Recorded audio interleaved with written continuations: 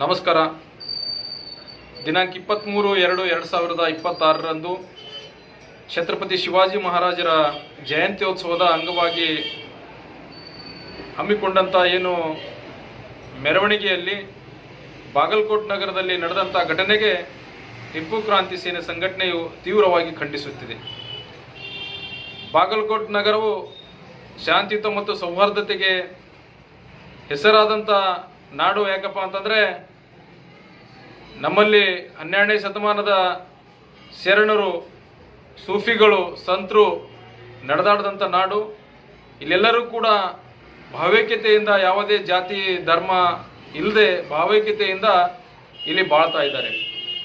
ಆದರೆ ನಾನು ಈ ಒಂದು ಕಾರ್ಯಕ್ರಮ ಅಂದರೆ ಈ ಒಂದು ಮೆರವಣಿಗೆ ಆಗಕ್ಕಿಂತ ಮುಂಚೆ ಬಾಗಲಕೋಟ ಗ್ರಾಮದಲ್ಲಿ ಅಂದರೆ ಬಾಗಲಕೋಟ್ ಪಟ್ಟಣದಲ್ಲಿ ಹಲವಾರು ಸಂಘಟನೆಗಳು ಸೇರಿ ಒಂದು ಮನವಿ ಸಲ್ಲಿಸಿದ್ದನ್ನು ಕೂಡ ನಾನು ನೋಡಿದ್ದೆ. ಆದರೆ ಕಾನೂನು ಮತ್ತು ಸುವ್ಯವಸ್ಥೆ ಅದನ್ನು ಮುಂಜಾಗ್ರತವಾಗಿ ಅದನ್ನು ಒಂದು ಸ್ವಲ್ಪ ಸೀರಿಯಸ್ ಆಗಿ ತಗೋಬೇಕಾಗಿತ್ತೇನೋ ಅಂತ ಅನಿಸ್ತಾ ಇದೆ.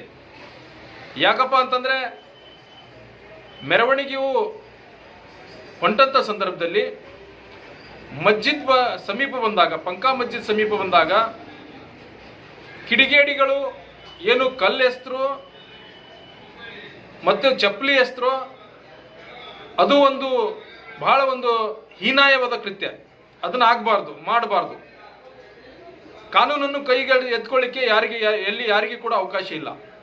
ಆದರೆ ಅವರು ಕಲ್ಲಿನಿಂದ ಹೊಡೆಯುವಾಗ ಮತ್ತು ಚಪ್ಪಲಿ ಎಸೆಯುವಕ್ಕಿಂತ ಮುಂಚೆ ಏನು ನಡೀತು ಘಟನೆ ಅನ್ನೋದನ್ನು ಕೂಡ ಕಾನೂನು ಮತ್ತು ಸುವ್ಯವಸ್ಥೆ ಅವರಿಗೆ ಸವಿಸ್ತಾರವಾಗಿ ಅಲ್ಲಿ ಏನು ಒಂದು ಶೋಧ ಮಾಡಬೇಕಾಗಿದೆ. ಯಾಕಪ್ಪ ಅಂತಂದರೆ ಇವತ್ತು ಸರ್ವೇ ಸಾಮಾನ್ಯವಾಗಿ ಎಲ್ಲೋ ಒಂದು ರ್ಯಾಲಿಗಳಪ್ಪ ಅಂತಂದರೆ ಎಲ್ಲೋ ಒಂದು ಪ್ರೊಸೆಷನ್ಗಳು ಹೊರಟಾಗ, ಮಸ್ಜಿದ್ಗಳು ಬಂದಾಗ ಪ್ರಚೋದನಕಾರಿಯಾದಂಥ ಏನು ಗೀತೆ, ಬನಾಯಂಗೆ ಮಂದಿರ್ ಗೀತೆ ಹಾಕುವುದಾಗಿರ್ಬೋದು, ಅಥವಾ ಒಂದು ಪ್ರಚೋದನಕಾರಿ ಸನ್ನೆಗಳನ್ನು ಮಸ್ಜಿದ್ ಕಡೆ ಮುಖ ಮಾಡಿ ಪ್ರಚೋದನಕಾರಿ ಸನ್ನೆಗಳನ್ನು ಮಾಡುವುದಿರ್ಬೋದು.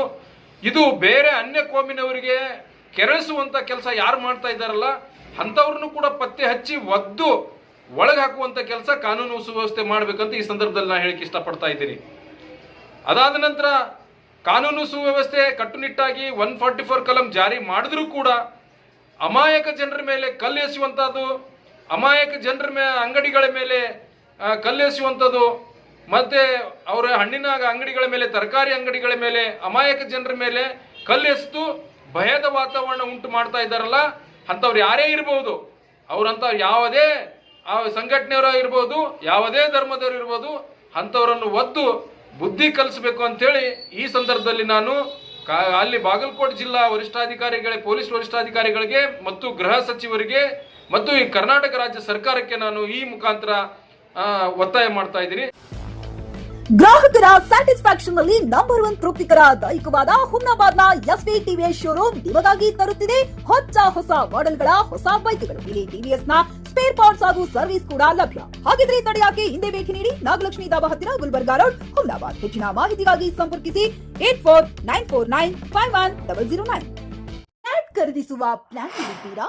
ಹಾಗಾದ್ರೆ ಕೇತಕಿ ಡೆವಲಪರ್ಸ್ ನಲ್ಲಿ ಮೂಲಭೂತ ಸೌಕರ್ಯಗಳುಳ್ಳ CC road, footpath, garden, under drainage, water supply, ಉತ್ತಮ ಪರಿಸರವುಳ್ಳ ಫ್ಲಾಟ್ಸ್ ಲೇಔಟ್ ಲಭ್ಯ. ಬೀದರ್, ಹುಮ್ನಾಬಾದ್ ಸೇರಿದಂತೆ ಹಲವು ಭಾಗಗಳಲ್ಲಿ ಸುಂದರ ಲೇಔಟ್ಗಳಿದ್ದು ಅತ್ಯುತ್ತಮ ಬೆಲೆ, ಇಎಂಐ ಸ್ಕೀಮ್ಸ್ ಅನ್ನು ಲಭ್ಯ. ಹಾಗಿದ್ರೆ ತಡೆಯಾಕೆ ಹಿಂದೆ ಸಂಪರ್ಕಿಸಿ 7676474747. MD ಸಂಗಮೇಶ್ ಚಿದ್ರಿ, ಹುಮ್ನಾಬಾದ್.